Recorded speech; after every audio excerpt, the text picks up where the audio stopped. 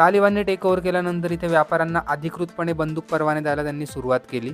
यार म्हणजे एका फोनच्या किमतीमध्ये तुम्ही इथे AK-47 विकत घेऊ शकता, ते पण लायसन्स सहित। इसकी कीमत क्या है भाईजान? इस गन की कीमत क्या रहेगी? 15,000 ये। और इसकी कीमत कितनी है? 13,000। अच्छा, सबसे महंगी वाली कौन सी है आपके पास? सबसे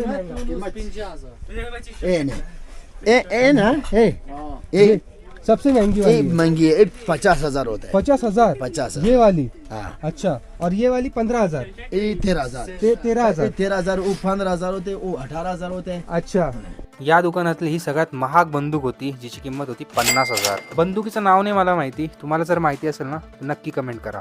या बंदुकीची किंमत होती 13,000 आणि ही दुर्बीनवाली 18,000। तर मित्रांनो, बघितलं तुम्ही की अफगाणिस्तानचं गन मार्केट आहे। प्रत्येक प्रकारच्या बंदुकी तुम्हाला बघायला मिळतील, विकत सुद्धा घेऊ शकतात तुम्ही, आणि इथे लायसन तुम्हाला मिळतं। ते लायसन जर तुम्ही घेतलं तर तुम्ही ही बंदूक इथे विकत घेऊ शकतात।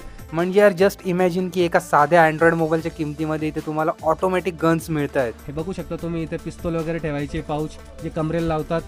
या बंदुकीच्या गोळ्या, या सगळ्या खऱ्या गोळ्या आहेत, या खोट्या नाही आहेत। जेवढं पण बंदुकीच्या रिगार्डिंग इथे सामान आहे ना, ते सगळं सामान इथे ठेवलेलं आहे, कारण की इथे रिपेअरिंग वगैरे या सगळ्या गोष्टी होतात। यार एका गोष्टीचं आश्चर्य वाटलं, मी त्यांना विचारलं की मी इथे विकत घेऊ शकतो का एखादी बंदूक, तर ते म्हणाले हा तुम्ही पण घेऊ शकतात म्हणे, फक्त तुम्हाला लायसन घ्यावं लागेल, त्यानंतर तुम्ही कुठली पण बंदूक घेऊ शकतात। यार थोडं मला आहे ना विचित्र वाटलं, म्हणजे मी इकडे फॉरेनर आहे आणि इकडे मी एखादी बंदूक कसं काय डायरेक्ट विकत घेऊ शकतो। एक गोष्ट इकडे लक्षात आली की काबूलचा हा बाजार आहे ना, हा साधा बाजार नाही आहे, तो युद्ध, जिओपॉलिटिक्स, सांस्कृतिक गरजा, आर्थिक स्वार्थ यांचा आहे ना एक गुंतागुंतीचा संगम आहे। शस्त्रांची उपलब्धता, त्यांची किंमत, त्यांचे कायदे, सामाजिक अपेक्षा या सर्वांचं एक मिश्रण म्हणजे ही बाजारपेठ।